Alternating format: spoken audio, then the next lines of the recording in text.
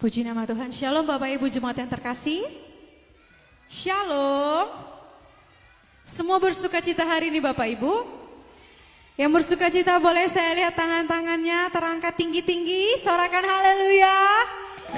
Beri sorak-sorak yang luar biasa buat Tuhan kita. Yang terbaik kita mau berikan hari ini. Sebelum kita memulai ibadah kita, mari kita satukan hati kita bersatu di dalam doa. Bapak, kami sungguh bersyukur Tuhan buat hari yang luar biasa Tuhan berikan kepada setiap kami. Buat hari yang sungguh indah ini Tuhan, kami datang, kami hadir ke tempat ini, ke rumah-Mu Tuhan Yesus. Sebab kami rindu memuji, menyembah, memuliakan nama Tuhan hari ini. Bapak, kami bawa hidup kami Tuhan, persembahan kami yang terbaik bagi-Mu Tuhan. Kami mau antarkan di hadapan-Mu Tuhan Yesus. Biarlah kiranya pujian, penyembahan dan setiap ucapan syukur yang kami naikkan Tuhan boleh menyenangkan hati Tuhan. Saat ini Bapak, kami serahkan seluruh rangkaian ibadah kami ke dalam tangan Tuhan. Mulai dari awal, pertengahan hingga akhir nanti Bapak. Biarlah kuasa-Mu yang bertahta di tengah-tengah setiap kami. Biarlah kuasa-Mu yang berkenan di dalam setiap hati kami Tuhan Yesus. Kami buka hati kami bersama-sama Bapak. Kami sambut hadirat-Mu yang manis di dalam nama Tuhan Yesus. Kami siap menyembah-Mu. Haleluya, haleluya, amin. Mari kita persiapkan hati kita untuk menyembah Tuhan.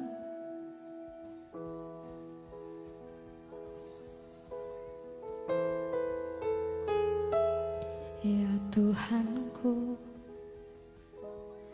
aku hendak bernyanyi bagi-Mu selama aku hidup. Ya Allahku, aku hendak bermazmur bagi-Mu selagi ku ada. Inilah yang ku renungkan setiap waktu. Nyanyian pujian dan pengagungan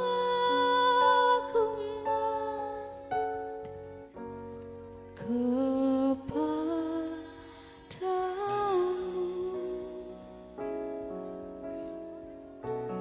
Biarlah manis kau dengar Tuhan, manis kau dengar Tuhan, dan hatiku bersuka karena. Beri kemuliaan buat Tuhan kita. Ya Tuhanku, aku hendak bernyanyi bagi-Mu selama aku hidup. Ya Allahku, aku hendak bermazmur bagi-Mu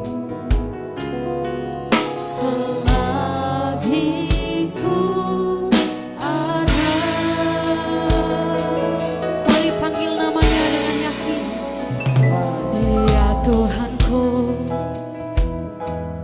aku hendak bernyanyi bagi-Mu selama kami hidup Tuhan. Kami mau selalu bernyanyi untuk Tuhan. Ya Allahku, aku hendak bermazmur bagi-Mu selagi ku ada. Inilah yang ku renungkan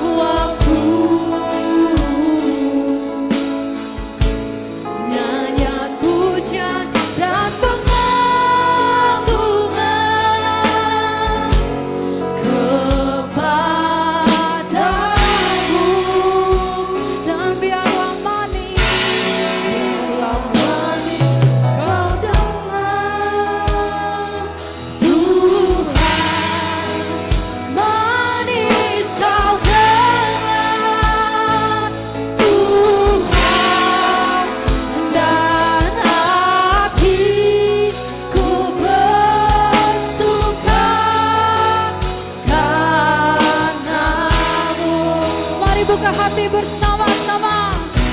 Inilah yang ku renungkan setiap waktu. Oh, ini nyanyian kami, nyanyian pujian dan pengagungan kepadamu.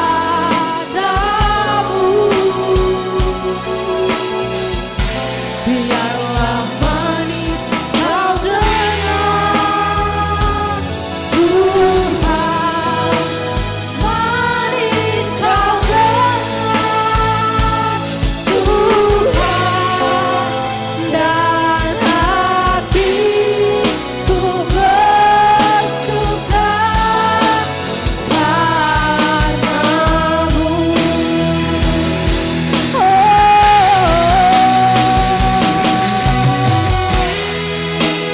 Mari sama-sama kita buka hati kita untuk merenungkan setiap kebaikan Tuhan dalam hidup kita.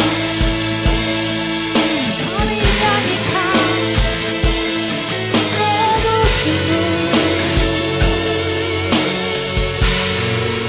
Dia Allahku.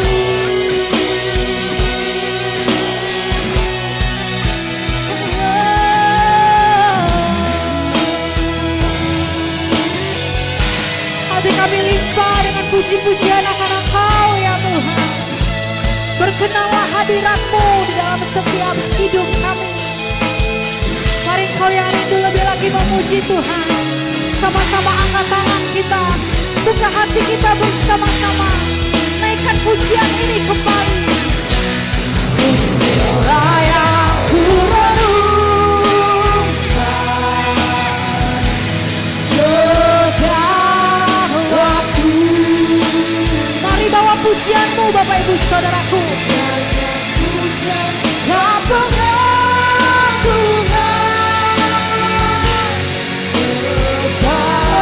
hanya padamu Tuhan.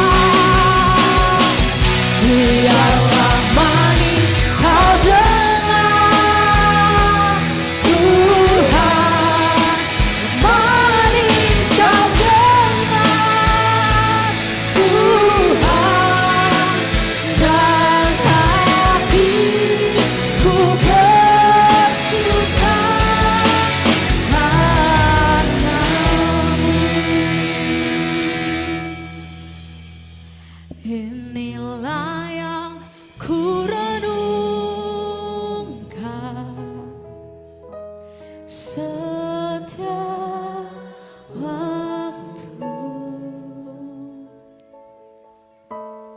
Nyanyian puja dan pengagungan, yes, hanya bagi-Mu Tuhan.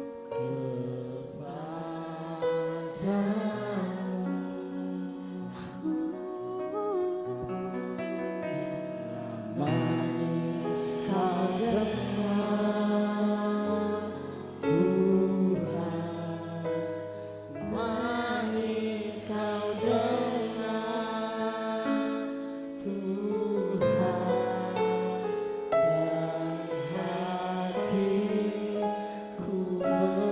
bersuka. Dengan segenap hati kita sambil mengangkat tangan kita tinggi-tinggi.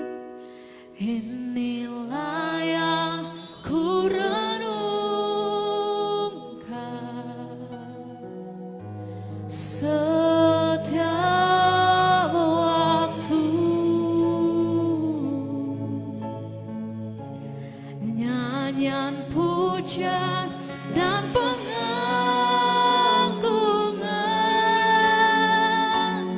kepadamu.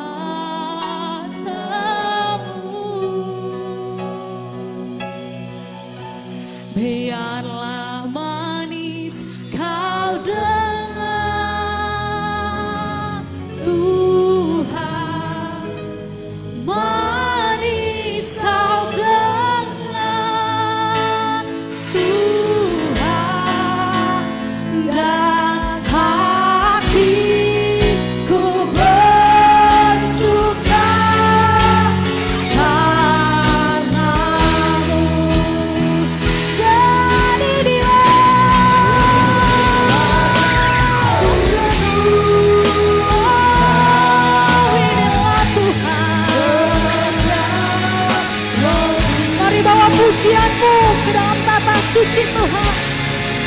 Yang puja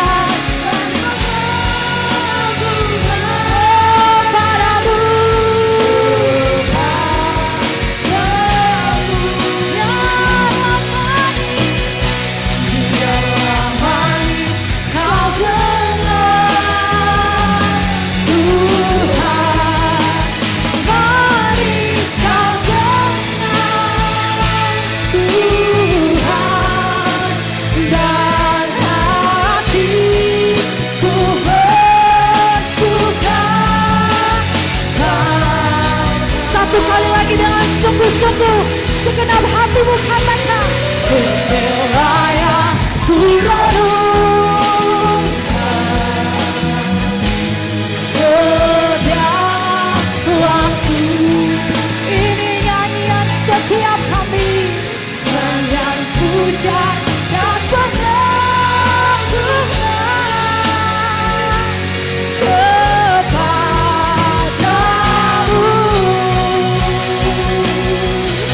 Biarlah manis kau dengar, Tuhan, manis kau dengar, Tuhan, dan hatiku bersuka karenamu. Katakan, dan hatiku bersuka. Dan hatiku bersuka, dan hatiku bersuka, dan hatiku bersuka karenamu. Mari bawa pujianmu hari ini Bapak Ibu Saudaraku. Bawa sembahmu di hadapan Tuhan. Ini nyanyian setiap kami Bapa. Kami bawa ke dalam altar suci-Mu Tuhan. Biarlah perkenananmu turun atas setiap puji-pujian kami. Sembah Dia, Allah kita yang layak dipuji, yang layak disembah. Haleluya.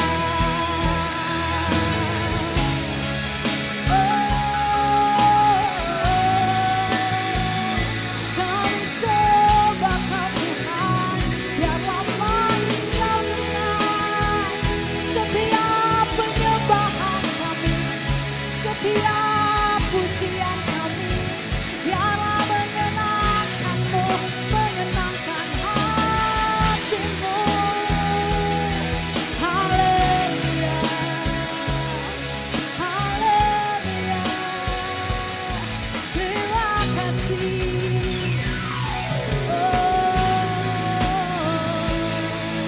Penuhilah setiap jiwa kami dengan Roh-Mu Tuhan. Berikan kami hati yang baru, hati yang mau menyembah Tuhan lebih lagi, hati yang mau menyembah Tuhan di dalam setiap hidup kami. Lebih lagi kami mau merasakan Engkau di dalam hidup kami Tuhan.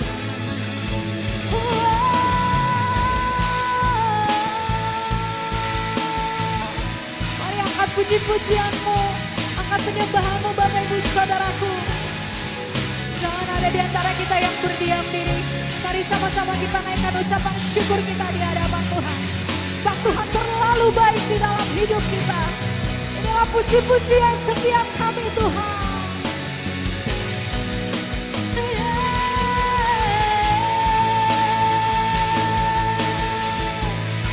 Sungguh kami bangga Tuhan punya Allah seperti-Mu. Oh Allah yang penuh kuasa, Allah yang setia dalam hidup kami. Haleluya.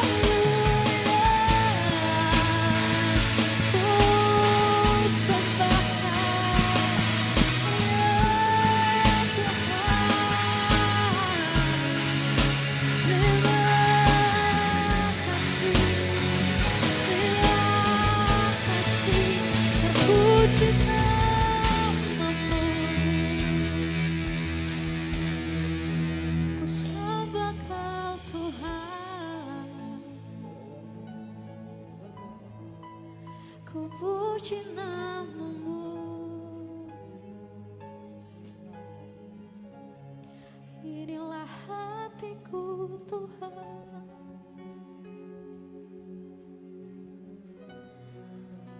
terbuka bagimu.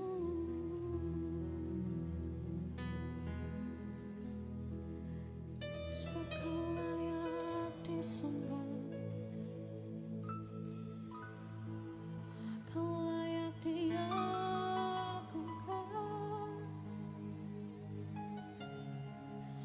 Penuhi hatiku Tuhan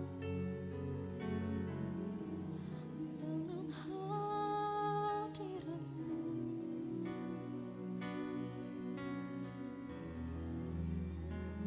Haleluya.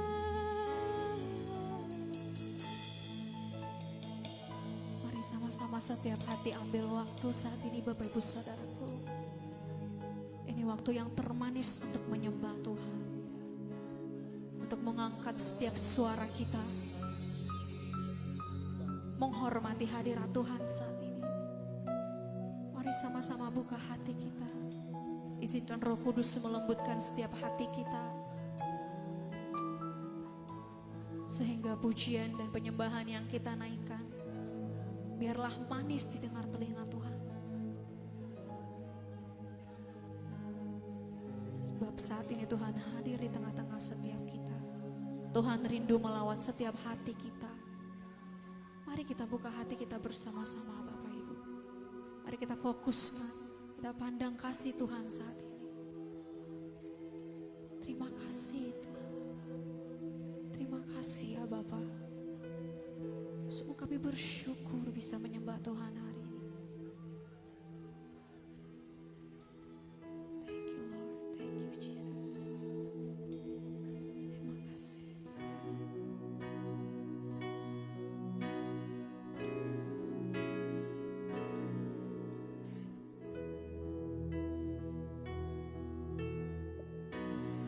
Inilah yang ku renungkan setiap waktu.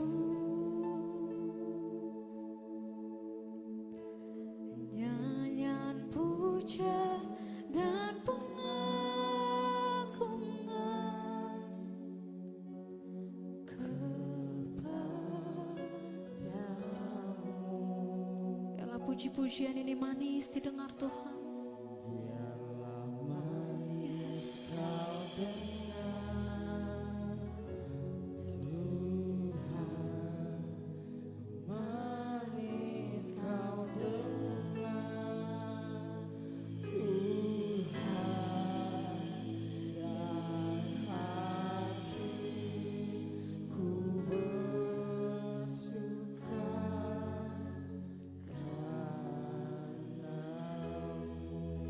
Katakan, dan hatiku bersuka,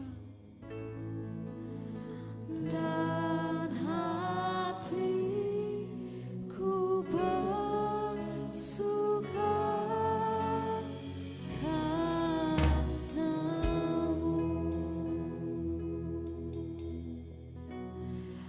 I sing praises to your name, oh Lord, praises to your name, oh Lord, for your name is great and worthy to be praised. I sing praises to your name, oh Lord, praises to your name, oh Lord, for your name is great and worthy to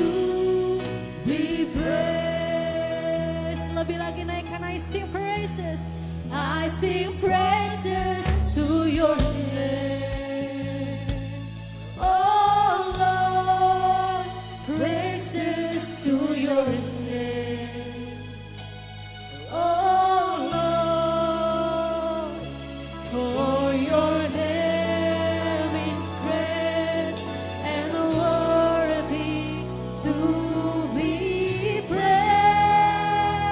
I sing praises.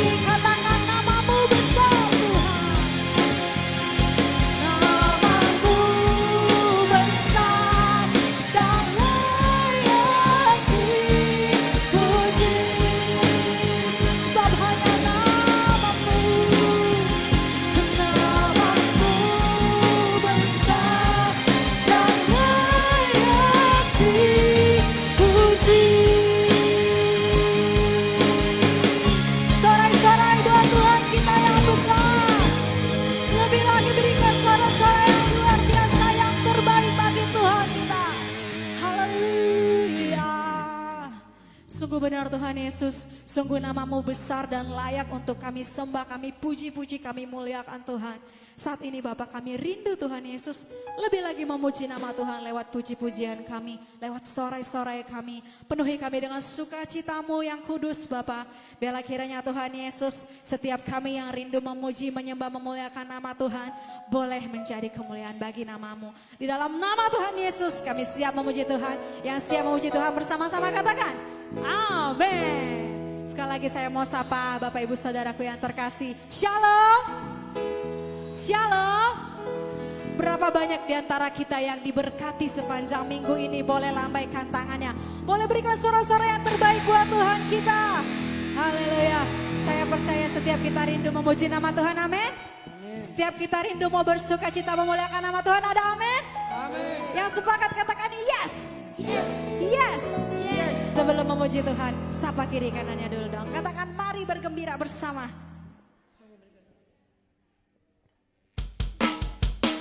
Sebab Tuhan yang kita sembah, Tuhan yang kita puji adalah Tuhan yang hidup, amin. Sebab itu kita mau memberikan persembahan yang terbaik lewat puji-pujian kita. Mari setiap kita bersuka cita Bapak Ibu, berikan yang terbaik buat Tuhan kita.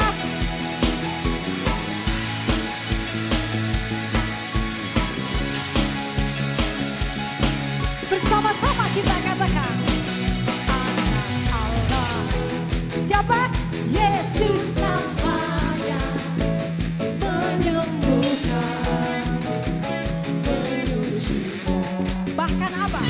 Bahkan mati, tebus dosaku, kubur kosong, membuktikan Dia hidup.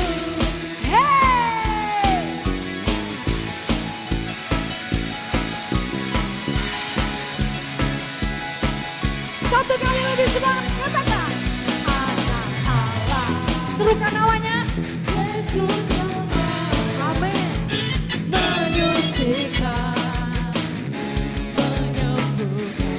Dengan bangga katakan bahkan mati, tebus dosaku, kubur kosong, membuktikan Dia hidup. Lambaikan tangan tuh, sebab Dia hidup.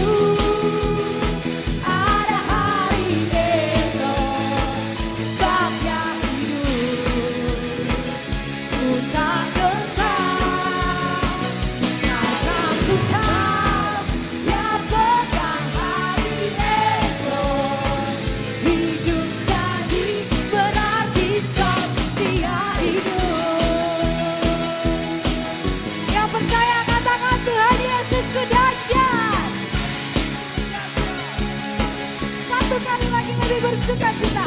Anak Allah namanya, Yesus namanya, menyucikan, menyembuhkan, bahkan mati, tebus dosaku, kubur kosong, membuktikan Dia hidup lagi. Sebab Dia hidup.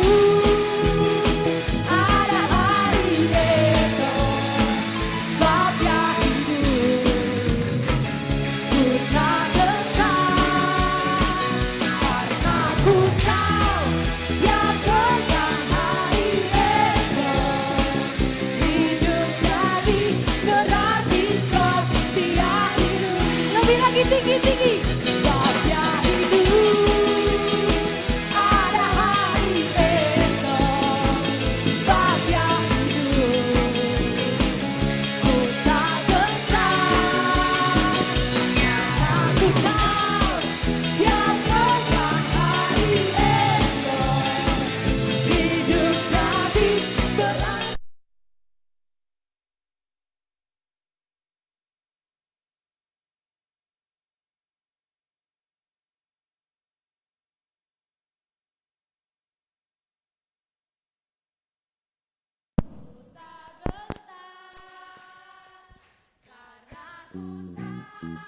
Dia pegang hari esok. Hidup jadi berarti sebab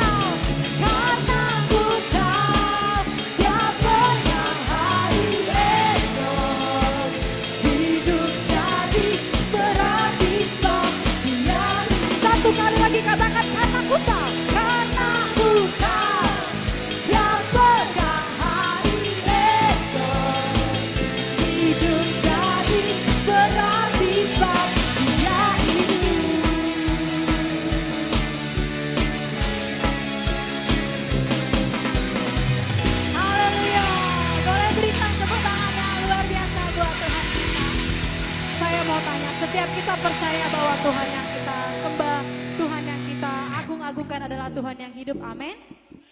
Amin. Yang percaya boleh taruh tangan kirinya di dada dong. Amin. Haleluya.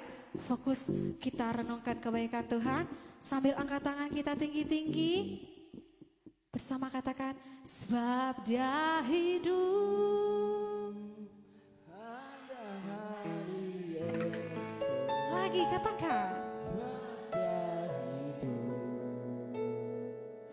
ku tak gentar. Amin. Karena ku tak dapatkan hari esok. Amin. Hidup jadi berarti sebab Dia hidup. Sorai-sorai buat Tuhan. Karena kita percaya Tuhan kita adalah Tuhan yang hidup. Kita sekarang gak akan khawatir lagi akan hari esok. Amin. Amin. Kita percaya kita mau mengandalkan Tuhan kita. Amin. Amin. Tuhan kita dahsyat. Amin. Amin. Berikan sorak-sorai buat Tuhan kita. Masih siap memuji Tuhan Bapak Ibu Saudaraku? Amin. Amin. Haleluya. Sebab kasih Tuhan sungguh nyata di dalam setiap hidup kita.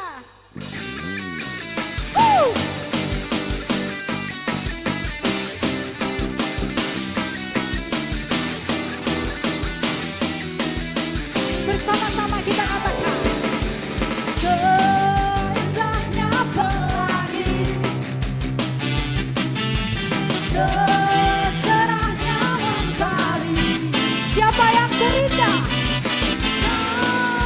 Kau yang terindah. Hanya Kau yang termegah.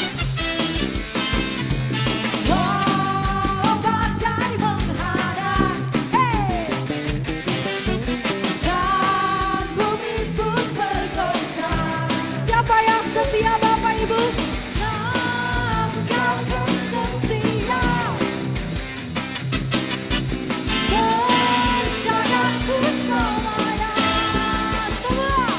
Sungguh nyata kasih-Mu di sepanjang hidupku. Dengan darah-Mu Kau tebus dosaku. Sungguh nyata kasih-Mu di sepanjang hidupku.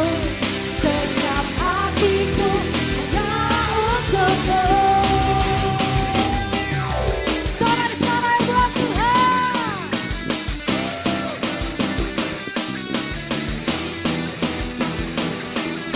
Katakan bersama-sama, walau badai menghadang. Walau badai menghadang, namun iman kita takkan goyah. Bumi pun bergoncang. Dan Kau kan setia. Menjagaku selamanya. Angkat tanganmu tinggi-tinggi. Nyata kasih-Mu di sepanjang hidupku. Dengan darah-Mu Kau tebus dosaku. Sungguh nyata. Nyata kasih-Mu di sepanjang hidupku. Setiap hatiku hanya untuk-Mu. Hey! Musik memuji Tuhan bersama-sama kita tepuk tangan di atas kepala Bapak Ibu. Mari berikan sorai-sorai yang terbaik buat Tuhan kita.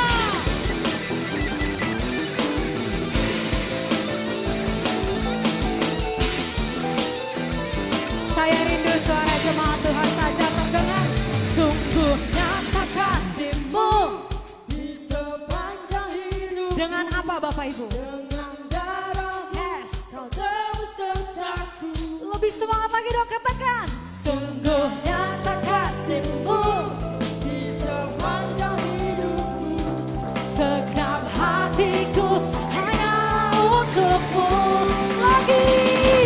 Sungguh nyata kasih-Mu di sepanjang hidupku.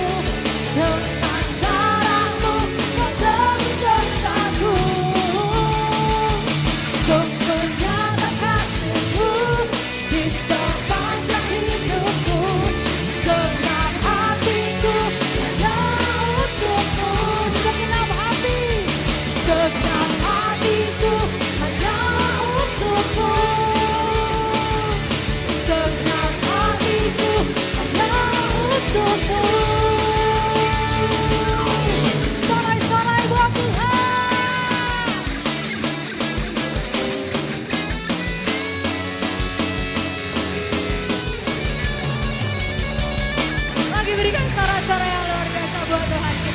saudaraku.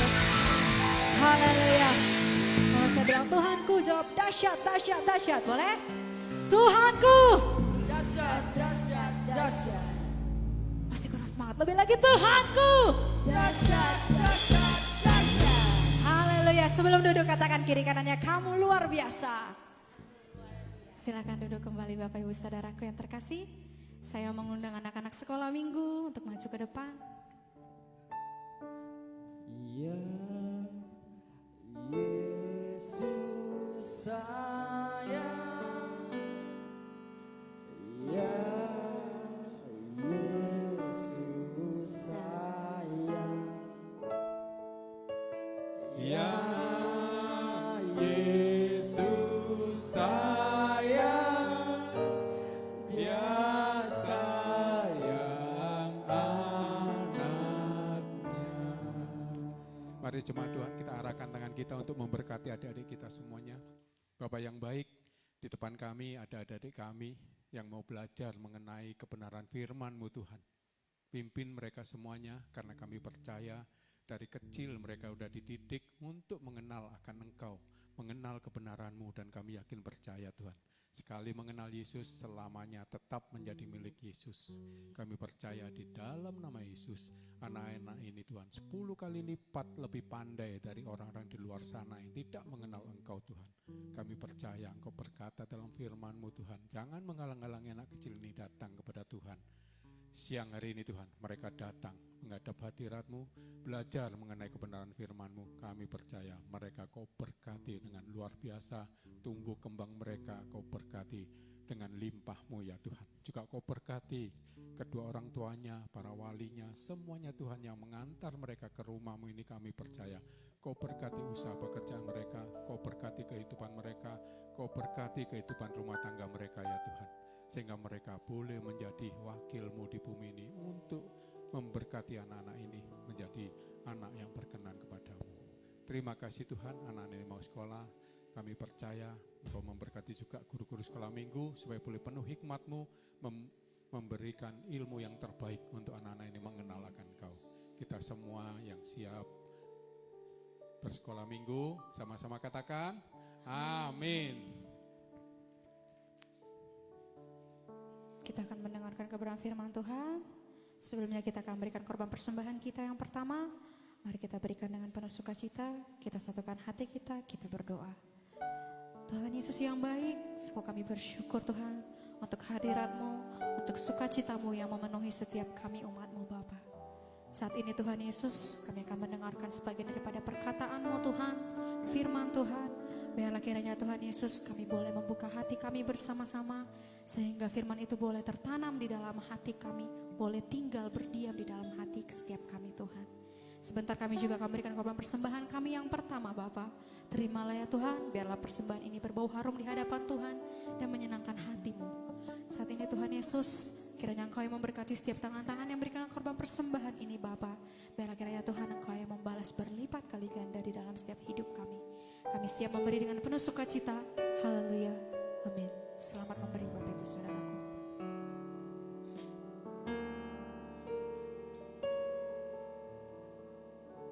Jalanmu tak terselami oleh setiap hati kami. Namun satu hal ku percaya, ada rencana yang indah,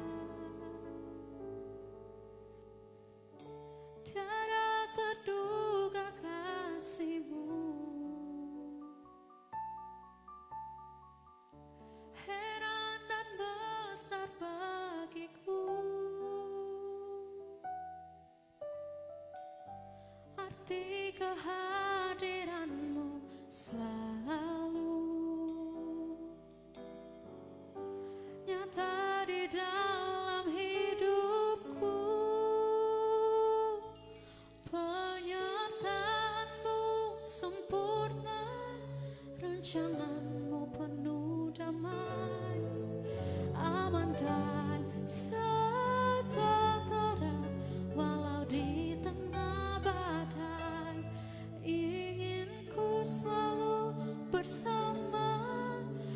rasakan keindahan arti kehadiran-Mu Tuhan. Mari naikkan pujian ini lebih dalam lagi Bapak Ibu Saudara. Jangan-Mu tak terselami oleh setiap hati kami. Namun satu hal ku percaya, ada rencana yang indah, tiada terduga, tiada terduga kasih-Mu. Heran dan besar bagiku arti kehadiran-Mu selalu nyata di dalam hidupku. Penyertaan-Mu sempurna, rancangan-Mu penuh damai, aman dan sejahtera walau di tengah badai. Ingin ku selalu bersama, rasakan keindahan arti kehadiran-Mu Tuhan. Penyertaan-Mu sempurna, rancangan-Mu penuh damai, aman dan sejahtera walau di tengah badai. Ingin ku selalu bersama, rasakan keindahan arti kehadiran-Mu Tuhan. Sama-sama kita bangkit berdiri. Penyertaan-Mu sempurna, rancangan-Mu penuh damai, aman dan sejahtera walau di tengah badai.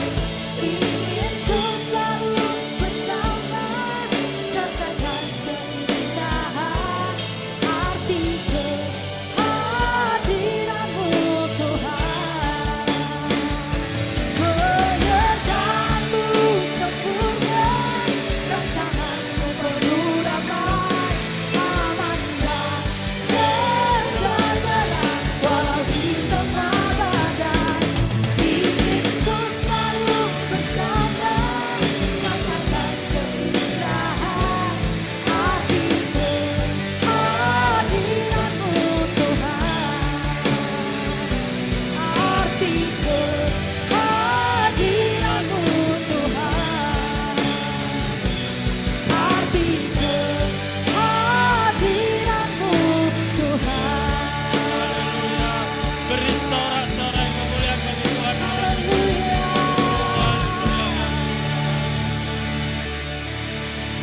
Terima kasih ya Tuhan atas berkat-Mu pada pagi hari yang indah, luar biasa baik ini. Kami boleh kembali berkumpul, kami boleh menaikkan pujian penyembahan kami ya Tuhan. Jika sebentar kami akan duduk diam di bawah kaki-Mu ya Tuhan, urapi hati setiap kami. Biarlah setiap benih yang ditabur dapat tertanam, bertumbuh, bahkan berbuah lebat. Urapi juga hamba yang akan menyampaikan kebenaran firman-Mu. Sembunyikan hamba di balik salib-Mu. Biarlah hamba semakin kecil dan nama-Mu semakin besar. Di dalam nama Yesus, setiap kita yang siap, ready mendengar firman Tuhan sama-sama katakan, amin. Silakan duduk Bapak Ibu Saudara sekalian. Shalom. Apa kabarnya? Luar biasa. Yes, yes, yes. Puji Tuhan, saya lihat ada beberapa wajah baru. Perkenalkan, sebagai perkenalan nama saya Joshua Sandi. Istri, puji Tuhan baru 1. Nggak ada rencana nambah. Anak sudah 2. Haleluya.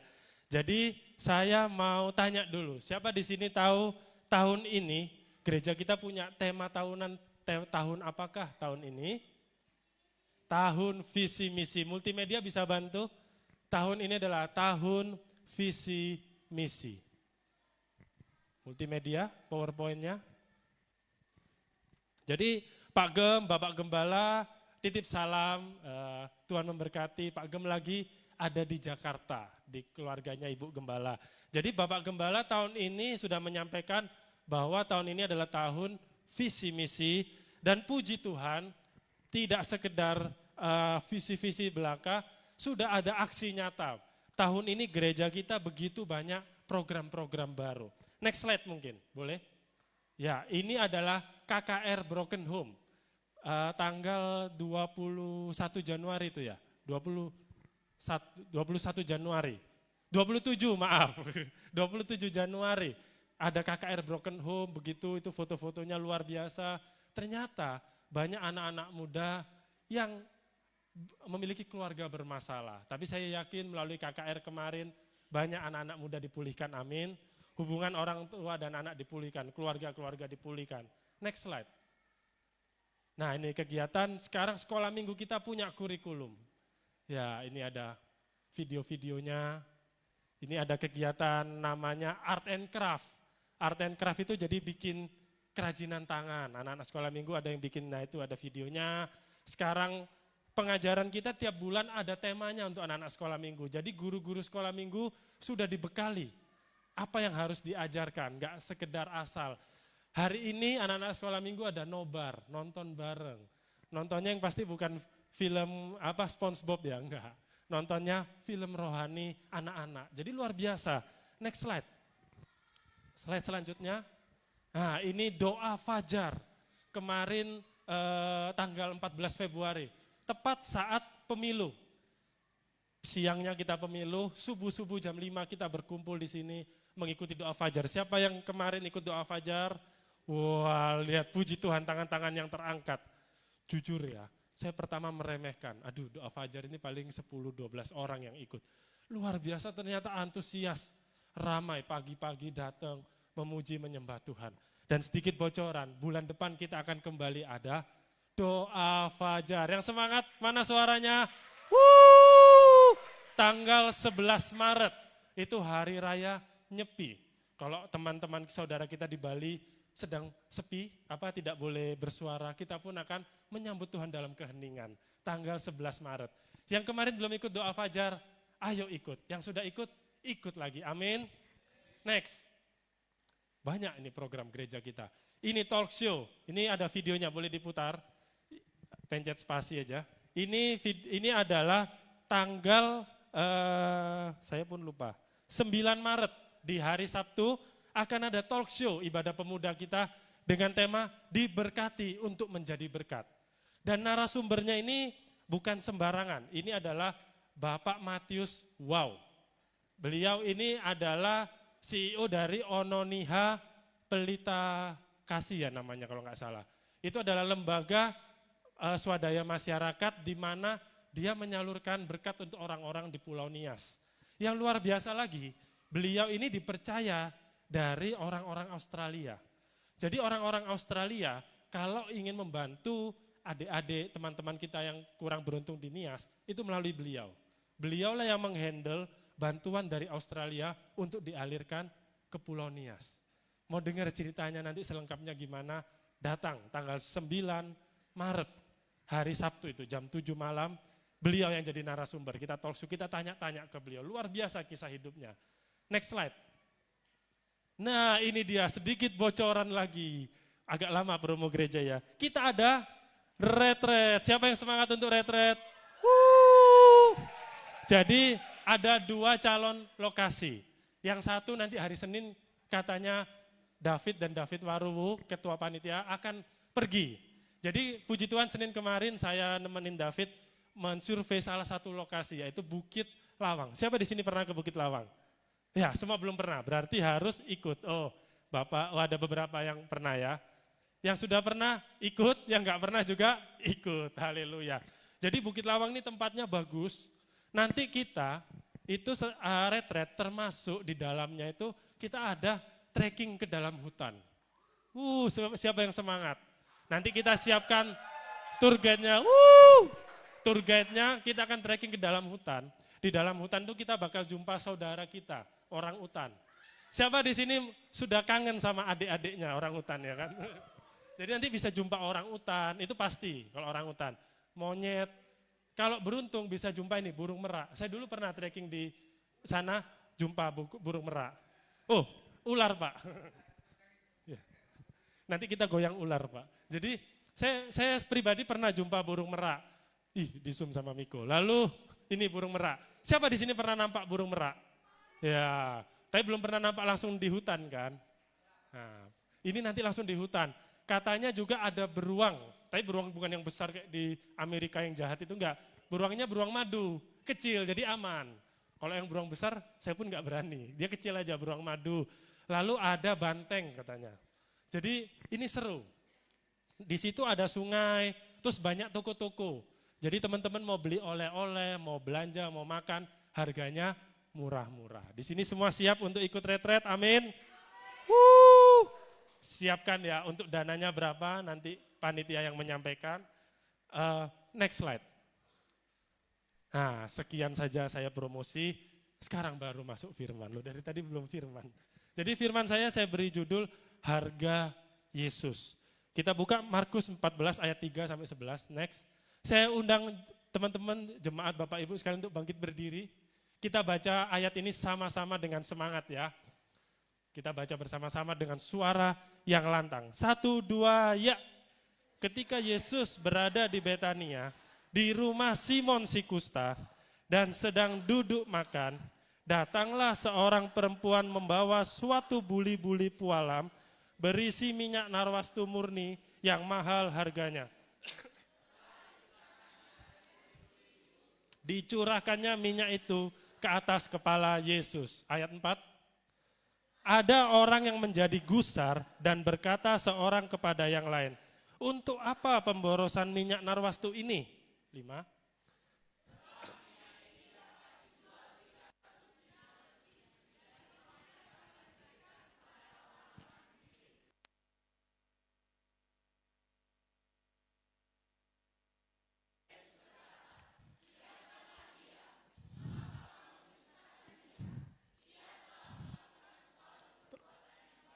Padaku. Karena orang-orang miskin selalu ada dan kamu dapat menolong mereka bila mana kamu menghendakinya. Tetapi aku tidak akan selalu bersama-sama kamu.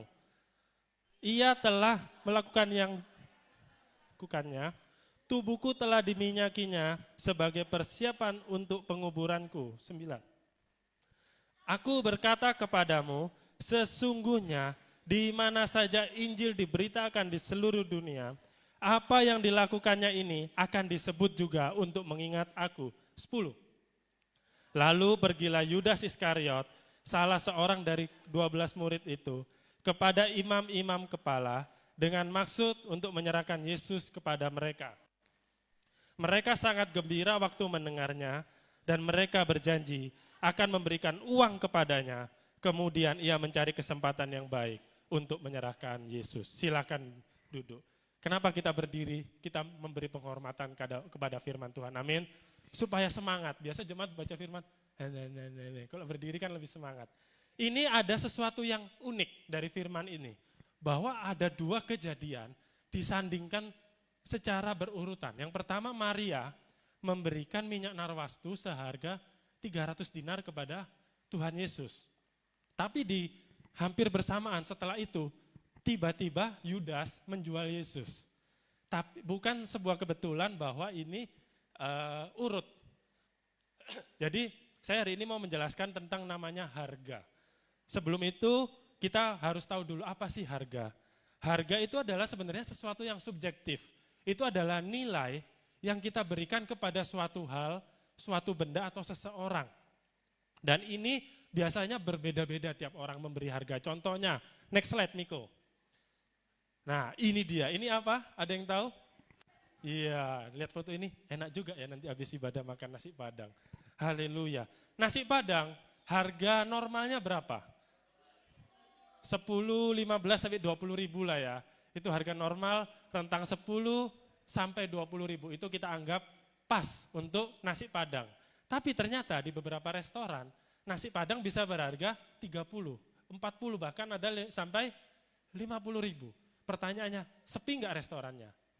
Ramai. tetap banyak yang makan. Buktinya nggak tutup-tutup dari dulu restorannya. Loh, kok bisa harga mahal tetap laku? Ternyata ada orang yang menilai nasi Padang seharga 30-40 ribu layak untuk dibeli. Contohnya di Medan, nasi Padang itu kan makanan murah ya. Saya asli orang Surabaya. Di Surabaya, nasi Padang itu makanan mahal. Bingung pasti di sini. Di Surabaya jumlah nasi Padang nggak sebanyak di Medan. Jadi langka. Di situ makanan mewah. Bagi kita orang Medan, makan nasi Padang waktu tanggal tua ya kan. Gaji udah habis, uang saku, uang jajan udah habis. Beli nasi Padang 10 ribu, 12 ribu. Di Surabaya, nasi Padang 10 ribu nggak dapat. Minimal 20, 30 loh. Ternyata beda tempat menghargai sebuah makanan yang sama pun nilainya beda. Contoh McDonald. Bagi kita orang Indonesia, McDonald makanan mahal. Bagi orang Amerika, nasi sama ayam lebih mahal daripada burgernya McDonald. Bagi orang Amerika, orang Eropa, orang Australia, burger itu makanan murah. Di sana orang-orang yang di jalan, yang nggak punya rumah, orang pengemis, itu makannya McDonald. Mereka nggak bisa beli nasi sama ayam. Kebalik ya, ternyata nilai itu berbeda. Next slide. Ya ini jam tangan, haleluya. Ada jam, ada 2 jam, yang sebelah kiri dan sebelah kanan. Kalau kita lihat modelnya lebih cantik yang sebelah mana kiri ya kan, lebih cantik. Ternyata yang sebelah kiri itu harganya hanya 37.000. Yang sebelah kanan itu adalah jam tangan seharga 17,8 juta US dollar. Kalau di Indonesia kan, dirupiahkan 278 miliar. Sebuah jam tangan kayak gitu. 280 miliar. Bagi kita kan jam tangan yang penting ganteng, yang penting cantik, menghias diri. Kenapa sampai miliaran? Bagi kita pasti terlalu mahal, betul atau betul? Tapi buktinya laku, buktinya terjual, buktinya gak tutup-tutup itu Rolex. Sampai sekarang tetap jadi brand yang terkenal. Artis-artis pakai, pejabat pakai. Artinya apa? Nilai jam pun berbeda. Apa yang bagi kita mahal, ternyata bagi orang lain pas. Bagi orang lain bahkan murah. Itulah nilai. Sama dengan barang-barang tadi. Terhadap Yesus pun, sadar atau enggak sadar, mau enggak mau, kita itu memberi nilai. Kita itu memberi harga kepada Yesus. Kalau saya tanya di sini, saya benar enggak perlu tanya. Siapa mengasihi Tuhan? Saya yakin semua angkat tangan. Siapa memprioritaskan Tuhan lebih dari segalanya?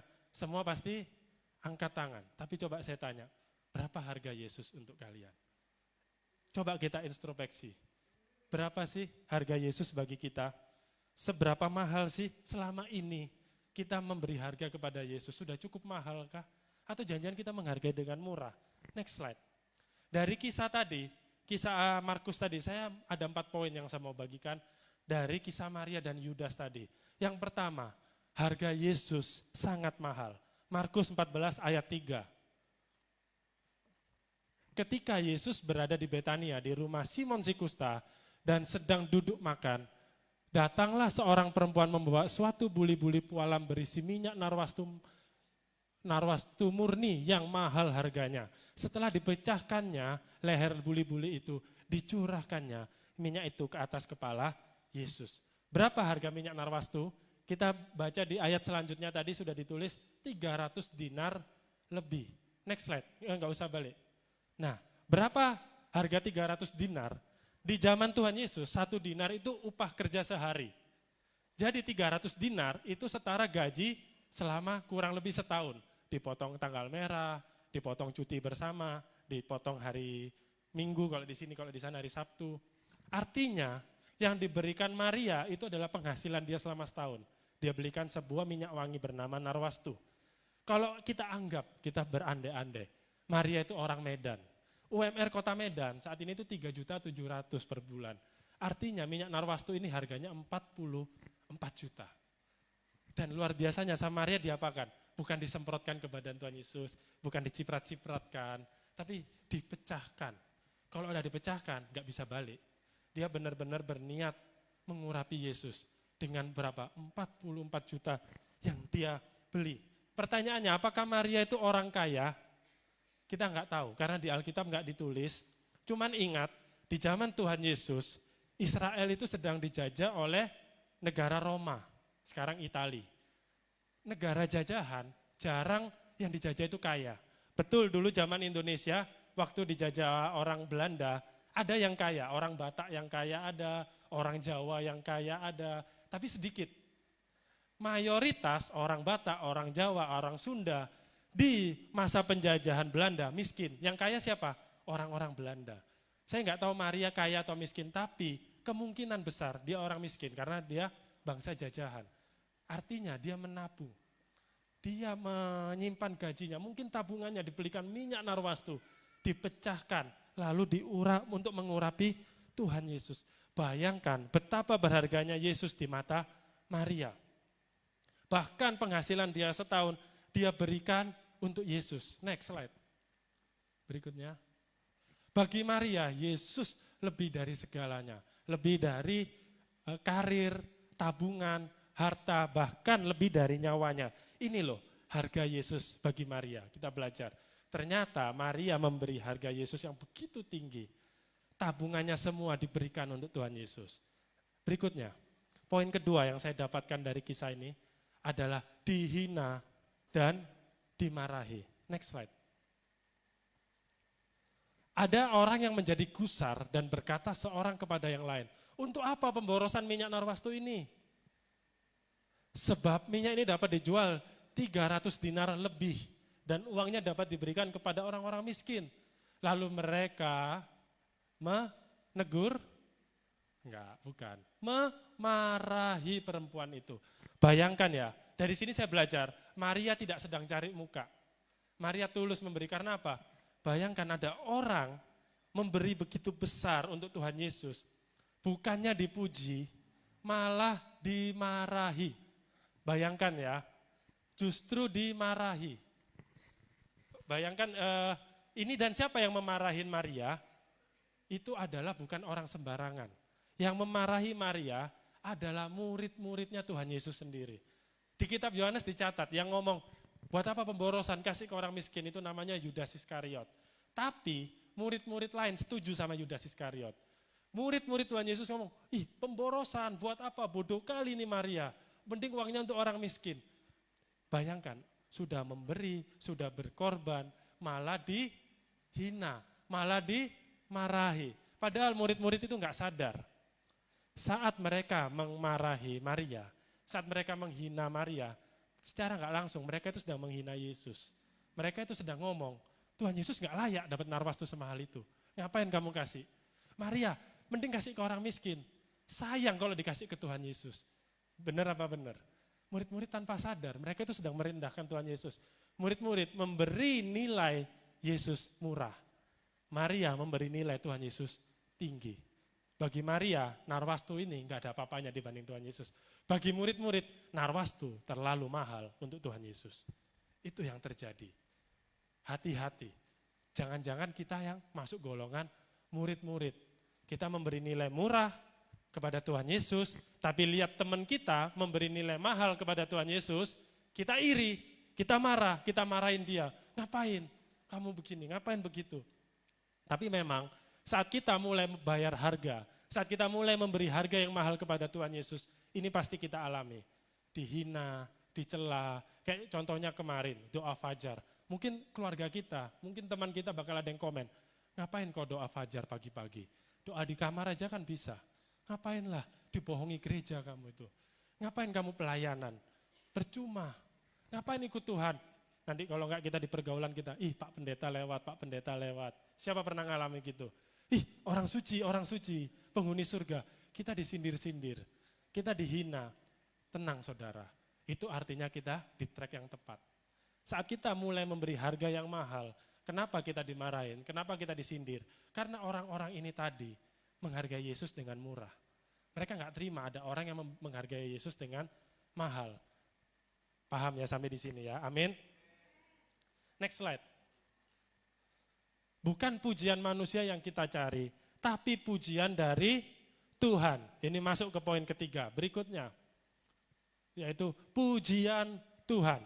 Di Markus 14 ayat yang ke-9. Aku berkata kepadamu, sesungguhnya di mana saja Injil diberitakan di seluruh dunia, apa yang dilakukannya ini akan disebut juga untuk mengingat dia. Luar biasa, Tuhan memuji. Ngapain kamu menyusahkan dia? Tenang, yang dia lakukan ini akan disebut juga. Sampai di mana Injil diberitakan, terbukti 2000 tahun kemudian, hari ini kita lagi bahas kisah ini, amin. Artinya kisah ini benar kata Tuhan Yesus, bahwa kisah ini akan terus diberitakan sampai kapanpun.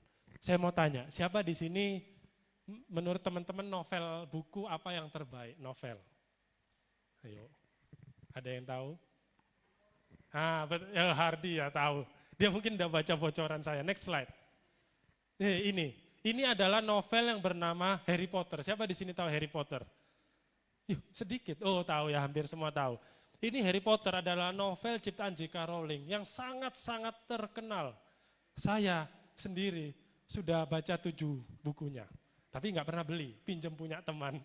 Saya habis, itu ada 7 episode, semua saya baca, bagus ceritanya. Tapi saya pinjam punya teman karena nggak punya uang ya kan. Harry Potter ini bestseller, setiap serinya keluar itu antri. Toko buku belum buka, orang udah antri. Sampai saya dulu pernah lihat orang kemah, bawa tenda, camping di depan toko buku. Supaya jadi yang pertama dapat buku Harry Potter, yang luar biasa. Pertama kali novel ini keluar tahun 1997. Kira-kira 27 tahun yang lalu. Dan sampai hari ini teman-teman ternyata masih banyak yang tahu tentang Harry Potter. Coba kita berandai-andai, 2000 tahun lagi, tahun 4000. Kira-kira ada enggak yang masih tahu Harry Potter? Kayaknya udah enggak ada ya kan. Bayangkan 2000 tahun lagi, tahun 4024. Apakah masih ada orang yang masih tahu siapa Harry Potter, siapa J.K. Rowling? Mungkin tahu pun itu hanya ahli sejarah ya kan. Bahkan bukunya mungkin udah enggak tersisa lagi. Artinya kisahnya Maria mengurapi Yesus lebih dahsyat daripada novel terbaik. Novel bestseller ini cuma tahan beberapa puluh tahun. Kisah Maria 2000 tahun tidak lekang oleh zaman. Sampai hari ini kita terus belajar.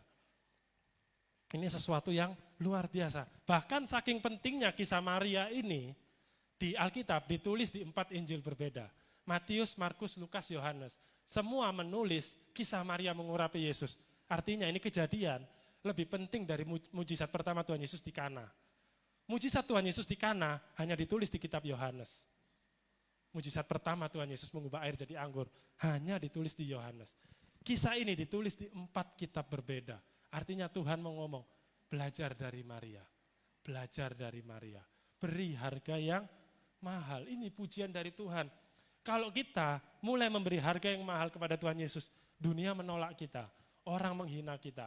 Tapi yang kita cari pujian Tuhan. Amin. Masih semangat? Next, poin terakhir. Wah cepat ya. Nah ini yang kurang ajar. Menjual Yesus dengan murah. Next slide. Lalu pergilah Yudas Iskariot, salah seorang dari ke-12 murid-murid itu, kepada imam-imam kepala dengan masuk untuk menyerahkan Yesus kepada mereka. Mereka sangat gembira waktu mendengarnya dan mereka berjanji akan memberikan uang kepadanya. Kemudian ia mencari kesempatan yang baik untuk menyerahkan Yesus. Bayangkan ini kejadiannya berurutan. Habis Maria selesai, Yudas itu langsung pergi ke para imam. Berapa harga Tuhan Yesus dijual, ada yang tahu? 30 keping perak. Next slide. Nah, kita akan belajar hitung-hitungan. Berapa sih 30 keping perak?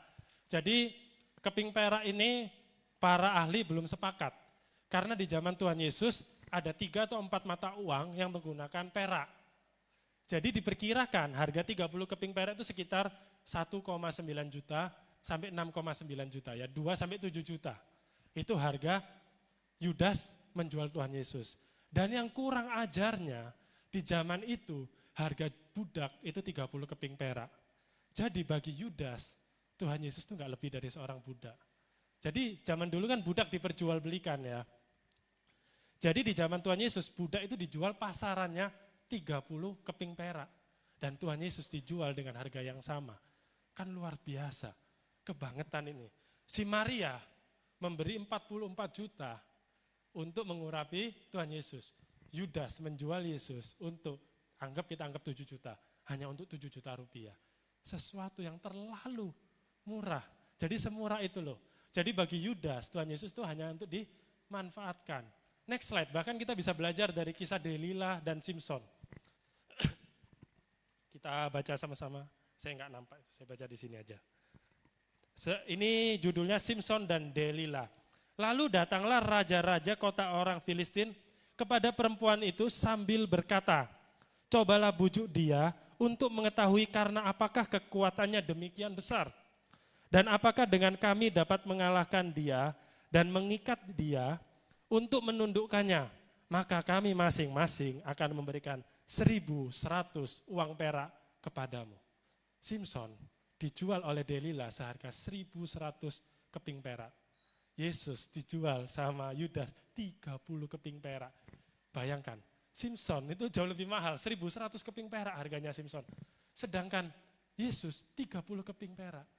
Siapa yang jual? Bukan orang sembarangan, bukan ahli Taurat, bukan orang Filistin, bukan orang kerajaan Roma. Yang menjual muridnya sendiri menghargai Yesus dengan begitu murah. Bayangkan ya, ini sangat menyedihkan sebenarnya. Yesus dihargai begitu murah.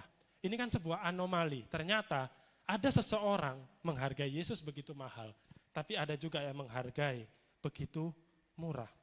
Coba kita introspeksi. Apakah kita adalah Maria atau Yudas? Jangan-jangan selama ini kita sering menjual Yesus dengan harga yang murah. Oh enggak, saya enggak pernah jual Yesus. Bahkan saya katakan mungkin beberapa lebih murah dari 30 keping perak. Mungkin kita menjual Yesus untuk beberapa menit seks. Mungkin kita menjual Yesus supaya diterima kerja. Udahlah, enggak pelayanan, enggak apa-apa. Udahlah, enggak gereja, enggak apa-apa. Yang penting aku bisa makan. Yang penting aku kerja. Itu sudah menjual Yesus. Kita, udahlah, enggak apa-apa lah, berzina sekali-sekali. Udahlah, enggak apa-apa selingkuh. Nanti hari Minggu taubat lagi. Itu menjual Yesus.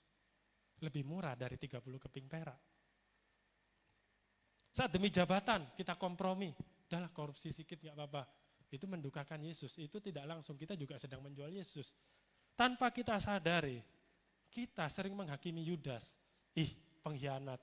Ih, mata duitan. Ih, mengutamakan dunia lebih dari Yesus. Tapi kelakuan kita ternyata tidak jauh beda dengan Yudas. Hati-hati. Walau jangan kita nampaknya pelayanan.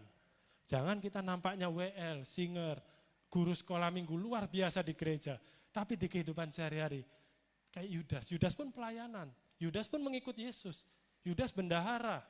Kemana-mana Yesus pergi dia ikut. Waktu Yesus mengutus 2 orang pergi, satu kelompok 2 orang, adakan tanda mujizat. Yudas mengadakan tanda mujizat. Tapi ternyata dalam hatinya Yesus itu murah. Hati-hati. Di gereja orang yang melayani, yang rajin ibadah, tidak menjamin kita sudah memberi harga yang mahal kepada Yesus. Kehidupan sehari-hari lah yang menentukan. Hati-hati, godaan berat. Menghakimi Yudas gampang, tapi dalam kehidupan sehari-hari kita pun sama iblis terus digoda. Nih 30 keping perak, ayo sini, gak usah gereja. Kasur enak, tidur aja. Sini, kayak si Yusuf kan, sama tante Potifar. Sini. Godaan berat gak? Berat. Tapi kita harus kuat. Ini yang menentukan seberapa mahal sih Tuhan Yesus bagi kita. Saat kita memberi harga yang mahal kepada Tuhan Yesus, prioritas kita pasti kepada Tuhan Yesus. Next.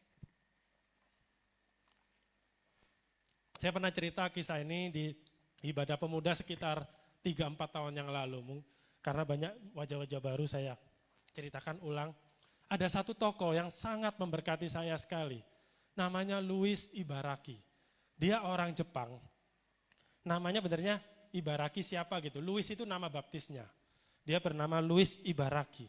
Jadi dia ini adalah seorang Kristen Jepang di tahun 1500-an. Nah, saya mau ceritakan dulu kekristenan di Jepang.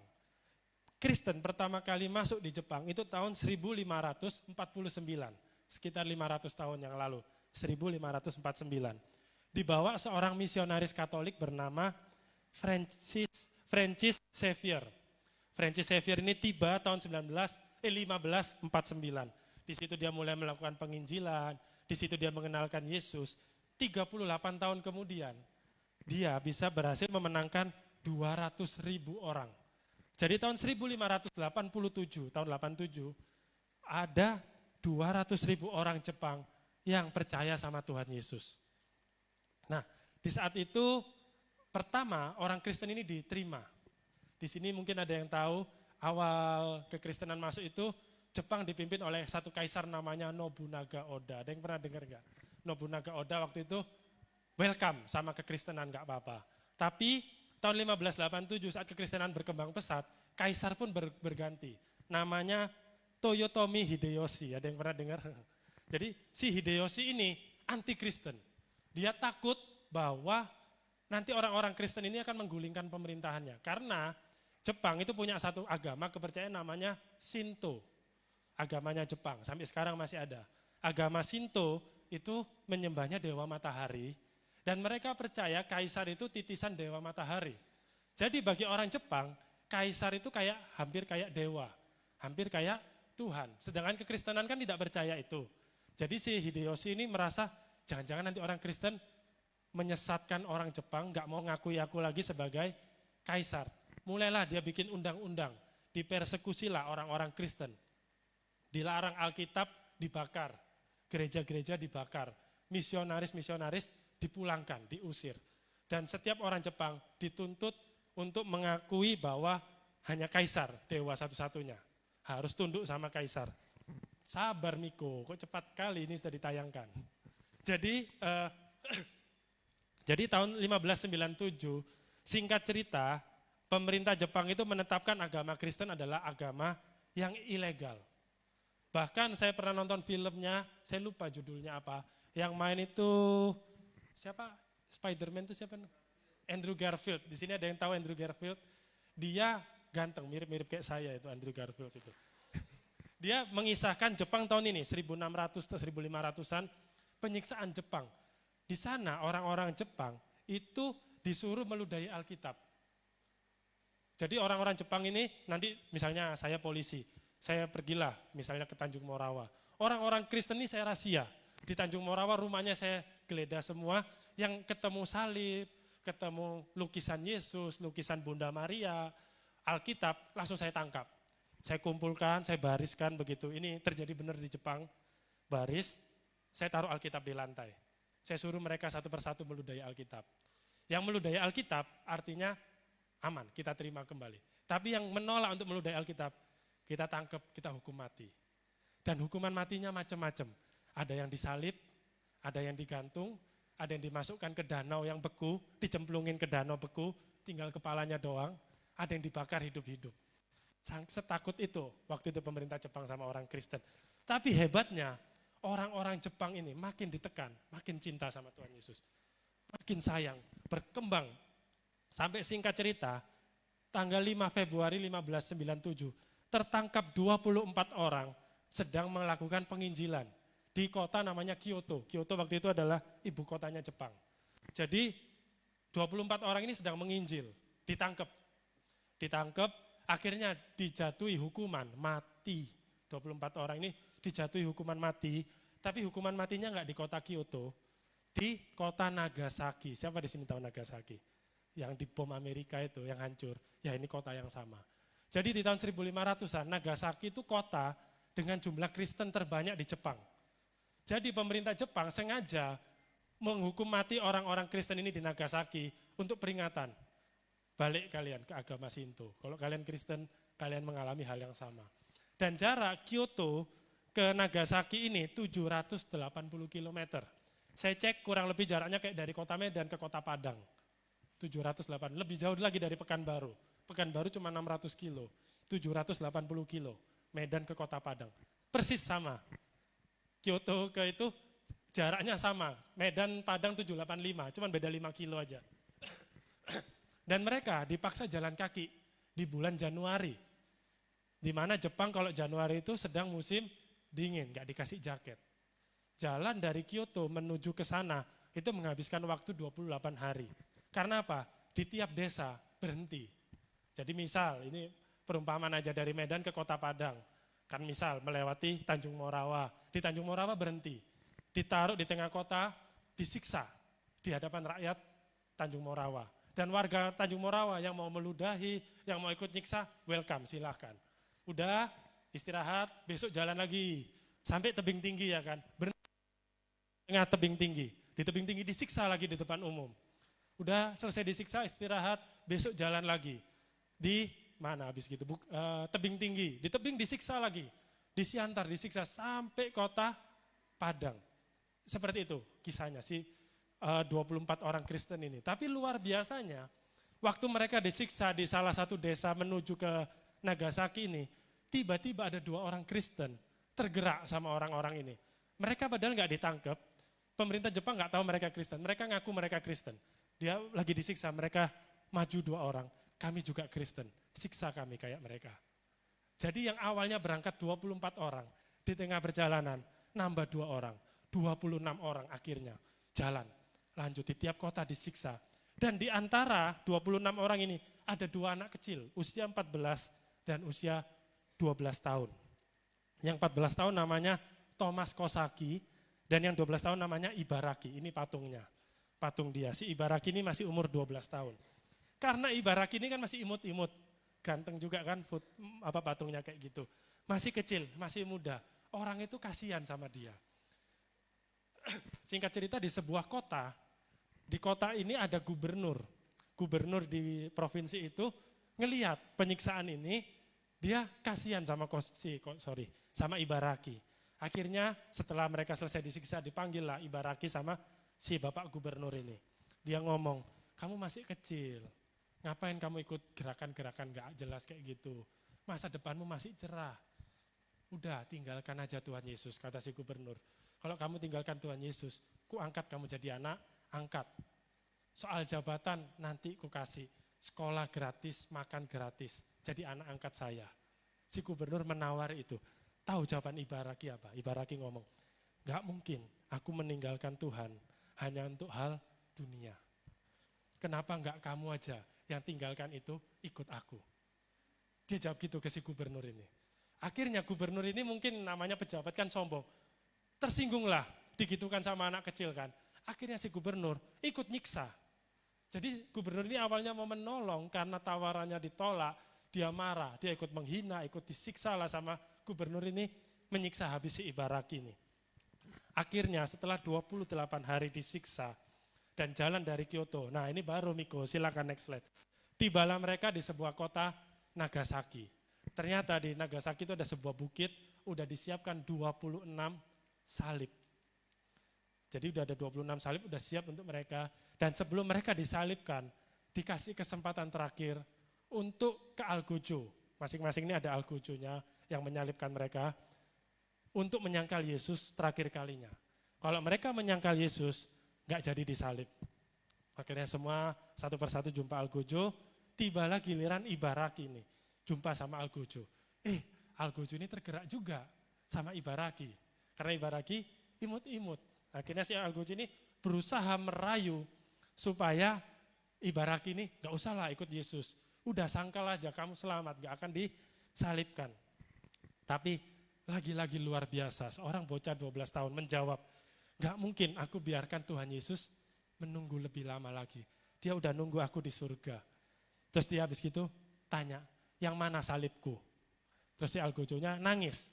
Algojonya sambil nangis nunjuk sebuah salib yang paling kecil, emang disiapkan untuk dia. Dan apa yang terjadi tahu? Ibaraki lari menuju salib. Dia peluk salibnya itu. Dia ngomong, cepet salibkan aku gak sabar jumpa sama Yesus. Akhirnya singkat cerita, 26 orang, hari itu menjadi 26 orang martir pertama di Jepang. Mereka 26, tidak ada satupun yang menyangkal Yesus. Melewati siksaan 28 hari, berkali-kali diberi kesempatan untuk sangkal Yesus. Sampai akhir hidupnya 26 orang ini tidak menyangkal Yesus. Dan mereka tercatat sebagai sejarah. Kalau di gereja Katolik, 26 orang ini sudah dapat gelar santo semua. Termasuk Ibaraki ini, sekarang nyebutnya Santo Louis Ibaraki. Akhirnya hari itu Ibaraki bersama 25 orang lainnya meninggal. Ini yang mau saya sharingkan. Berapa harga Yesus bagi kita? Bagi Ibaraki dan orang-orang Jepang waktu itu, harga Yesus tidak ternilai. Lebih dari nyawa mereka. Lebih dari siksaan yang mereka terima, mereka siap demi ikut Tuhan Yesus. Tapi sebaliknya bagi Yudas, 30 keping perak udah terlalu mahal untuk Tuhan Yesus. Bagi murid-murid, minyak narwastu terlalu mahal untuk Tuhan Yesus. Hari ini Coba kita introspeksi. Berapa harga Tuhan Yesus? Beberapa menit seks, apakah itu harga Tuhan Yesus? Godaan untuk korupsi, beberapa juta rupiah, itukah harga Tuhan Yesus? Kenyamanan di tempat kerja, itukah harga Tuhan Yesus yang selama ini kita berikan? Jodoh, apakah itu calon pasangan? Udahlah gak apa-apa kompromi. Saya undang tim PAW untuk naik ke atas mimbar. Mari kita introspeksi hari ini untuk belajar memberi harga. Saya cuma mau pesan ke teman-teman, ke Bapak Ibu Saudara sekalian. Kita tidak bisa memberi harga terlalu mahal untuk Tuhan Yesus. Tuhan Yesus gak bisa terlalu mahal. Karena memang seberharga itu Tuhan Yesus. Nyawa kita pun gak cukup untuk bayar Tuhan Yesus. Amin. Karena apa? Bagi Tuhan Yesus, kita pun lebih mahal dari nyawa dia. Bagi Tuhan Yesus, kita pun lebih mahal dari siksaan yang dia derita. Ayo kita belajar, amin. Mari belajar beri harga yang pantas untuk Tuhanmu. Mari kita tundukkan kepala kita bersatu di dalam doa. Terima kasih ya Bapa, hamba telah menyampaikan kebenaran firman-Mu. Urapi setiap benih firman yang ditabur ya Tuhan, boleh tertanam bertumbuh lebat di dalam hati setiap kami. Hamba selesai berbicara, tetapi Roh Kudus terus mengingatkan kami, terus menguatkan kami. Kami mau minta maaf jika mungkin selama ini kami sering menganggap murah kasih karunia-Mu. Kami sering menghargai Engkau dengan harga yang terlalu murah ya Tuhan. Pada pagi siang hari ini ya Tuhan, kami mau ya Tuhan belajar untuk memberi harga yang mahal untuk Engkau ya Tuhan. Kami mau belajar untuk menghargai kasih-Mu lebih dan lebih lagi. Terima kasih ya Bapa. Di dalam nama Yesus. Haleluya. Amin. Saya percaya kita semua diberkati dengan kebenaran firman Tuhan, amin. Sebelum kita mengakhiri ibadah kita akan mendengarkan warta sepekan.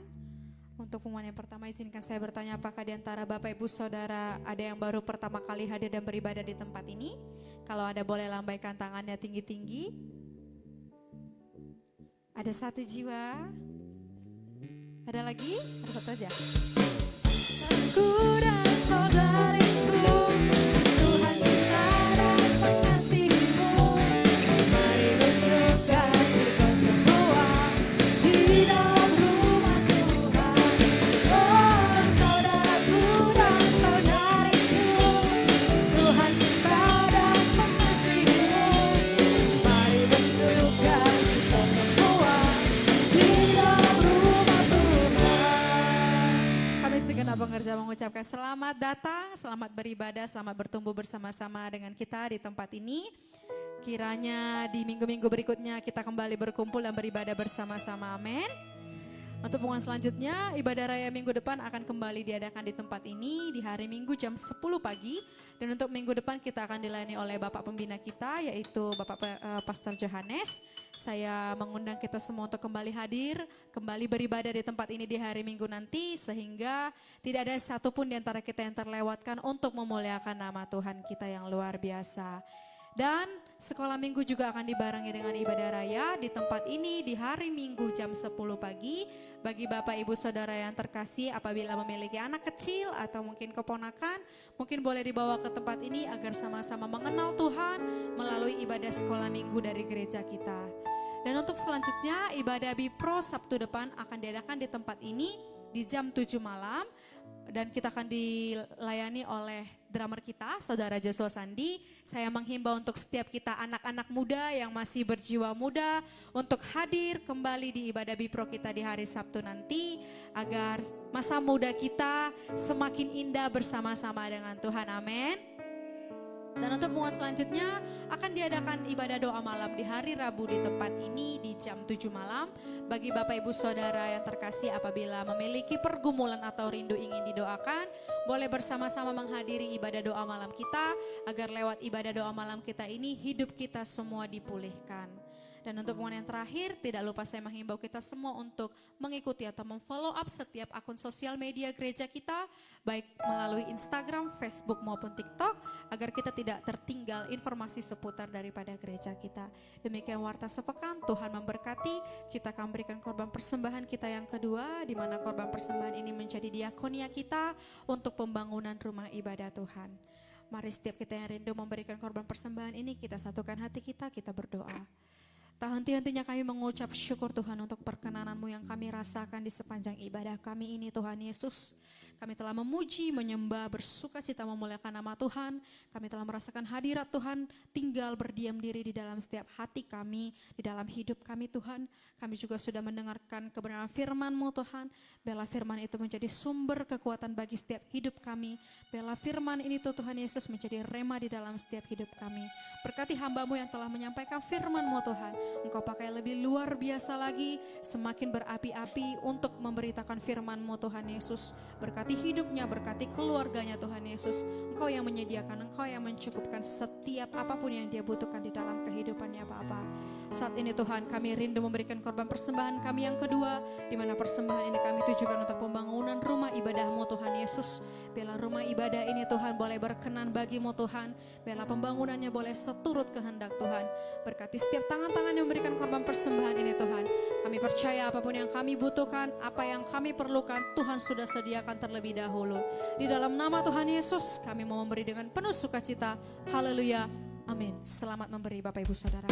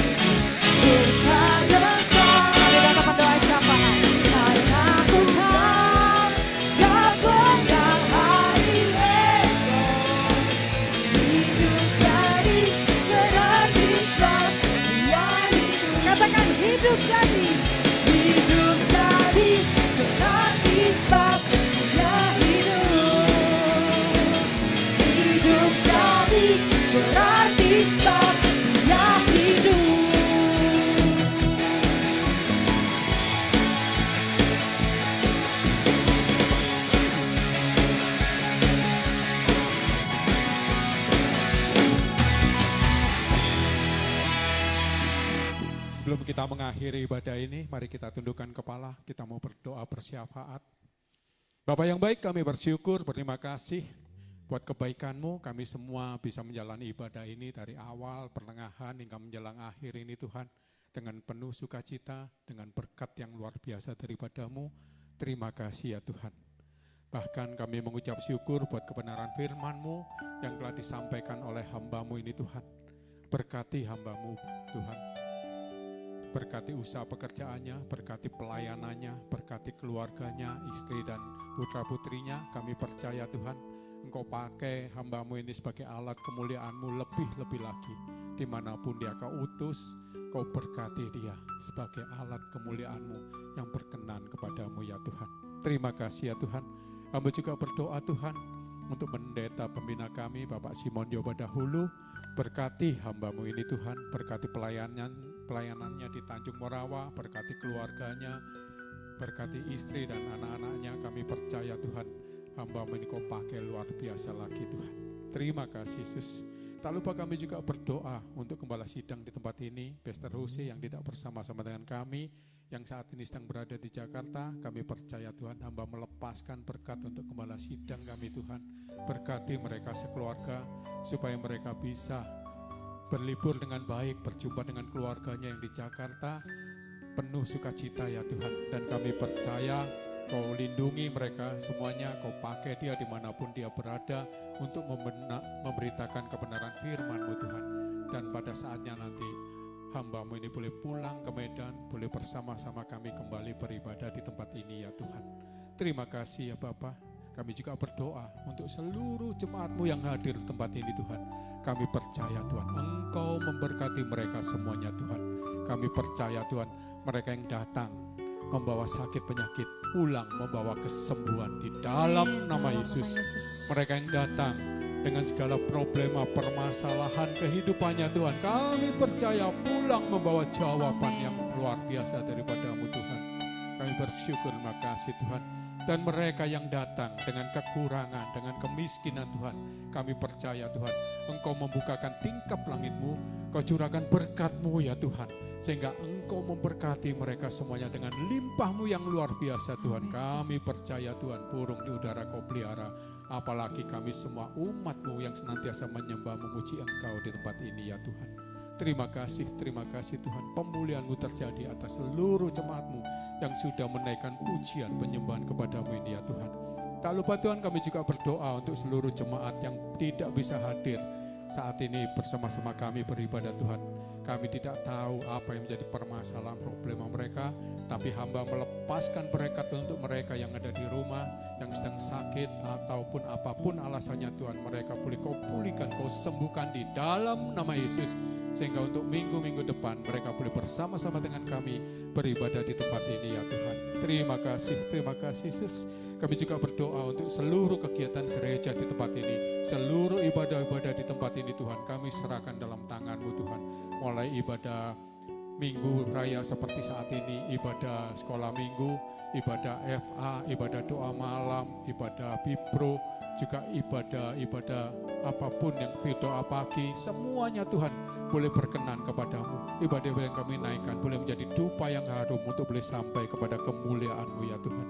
Terima kasih Yesus. Hamba juga berdoa untuk pembangunan gereja-Mu yang belum sempurna ini Tuhan. Kami percaya Tuhan, Engkau memberkati kami sehingga melalui berkat yang kami terima, kami boleh menyempurnakan gereja ini lebih lagi ya Tuhan, sehingga boleh selesai tepat sesuai dengan rencana-Mu ya Tuhan.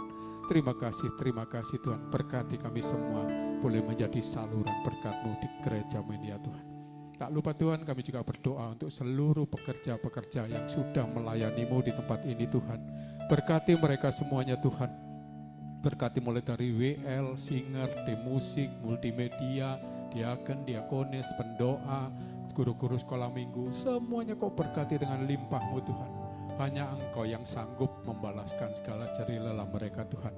Karena mereka sudah membayar harga yang mahal untuk melayani-Mu kepada kemuliaan-Mu ya Tuhan. Kami percaya mereka sudah mengambil bagian yang terbaik, dan kami yakin percaya Tuhan, mereka boleh memperoleh mahkota kemuliaan-Mu ya Tuhan. Terima kasih Yesus. Kami juga berdoa untuk bangsa dan negara kami. Terima kasih Tuhan, Indonesia penuh kemurahan-Mu, Indonesia penuh lawatan-Mu, sehingga pemilu boleh berjalan dengan baik, semuanya boleh berjalan seturut kehendak rencana-Mu, dan kami percaya melalui pemilu ini Tuhan, dapat diperoleh pemimpin yang terbaik untuk memimpin kami 5 tahun ke depannya Tuhan, sehingga Indonesia semakin maju, semakin berkembang, semakin penuh berkat limpah-Mu ya Tuhan. Terima kasih Yesus. Tak lupa kami juga berdoa untuk kota kami, kota Medan. Biarlah kota Medan tetap aman, tetap damai, tetap sejahtera. Kau jauhkan dari segala bentuk kriminalitas, Kau jauhkan dari segala bencana alam, tanah longsor, banjir, tsunami, atau apapun juga Tuhan bencana itu Kau halaukan dari kota Medan. Karena di kota Medan banyak pemuji penyembah akan Engkau. Kami percaya Tuhan, kota Medan bahkan boleh menjadi tiang doa yang kuat menopang bangsa dan negara kami, Indonesia ini ya Tuhan. Terima kasih Tuhan. Kami juga berdoa untuk persembahan-persembahan yang telah diserahkan di tempat ini Tuhan. Baik melalui kolekte, perpuluhan, ucapan syukur, diakonia, apapun bentuk persembahan itu Tuhan. Kami percaya Tuhan, persembahan-persembahan itu dapat kami gunakan untuk kemuliaan-Mu melalui gereja-Mu di tempat ini Tuhan. Boleh dipakai untuk mempermuliakan nama-Mu. Kami percaya Kau berkati tangan-tangan yang sudah memberi Tuhan. Mereka memberi bukan karena mereka berkelebihan. Mereka memberi dari hati mereka untuk pelayanan pekerjaan-Mu di tempat ini Tuhan. Kami percaya Tuhan, Engkau tidak akan membiarkan tangan-tangan yang sudah memberi ini Tuhan. Kau berkati berlipat-lipat kali ganda ya Tuhan. Kami percaya mereka sudah memberi yang terbaik kepadamu ya Tuhan. Juga berkati mereka yang belum bisa memberkati-Mu Tuhan. Beri mereka kemudahan dalam usaha pekerjaannya supaya mereka bisa Kau pakai sebagai alat kemuliaan-Mu. Kau berkati untuk boleh menjadi berkat ya Tuhan. Terima kasih Tuhan. Inilah doa kami siang hari ini Tuhan, sebelum kami mengakhiri ibadah ini Tuhan. Kami rindu menerima berkat-Mu ya Bapa. Hatiku takkan goyang, sebab kekuatan yang darimu selamanya bersamaku.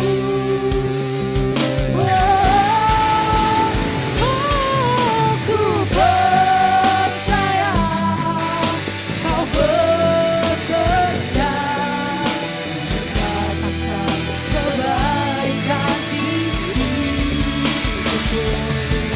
Dan tangan-Mu sempurna bagi kehidupanku.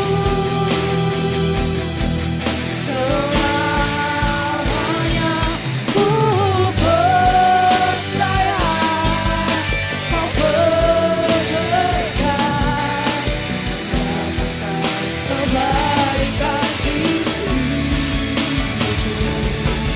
Dan tangan-Mu sempurna bagi kehidupanku. Bersyukur buat kasih-Mu, bersyukur buat kasih-Mu.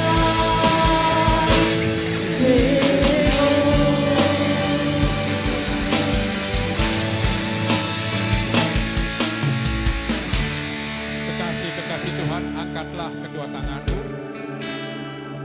arahkan hati dan wajah-Mu ke surga. Sekarang pulanglah. Tuhan memberkati engkau, Dia melindungi engkau. Tuhan menyinari engkau dengan wajahnya dan memberi engkau kasih karunia. Tuhan menghadapkan wajahnya kepadamu dan memberi engkau damai sejahtera. Oleh karena itu, terimalah berkat yang berkelimpahan dari Allah Bapa, disertai dengan cinta kasih dari anaknya yang tunggal Yesus Kristus, serta persekutuan yang manis dari Roh Kudus yang akan menyertai, memimpin, membimbing, memberkati kita semuanya mulai siang ini sampai selama-lamanya. Kita semua yang sudah terima berkat Tuhan sama-sama katakan amin. Selamat hari Minggu, Tuhan Yesus memberkati.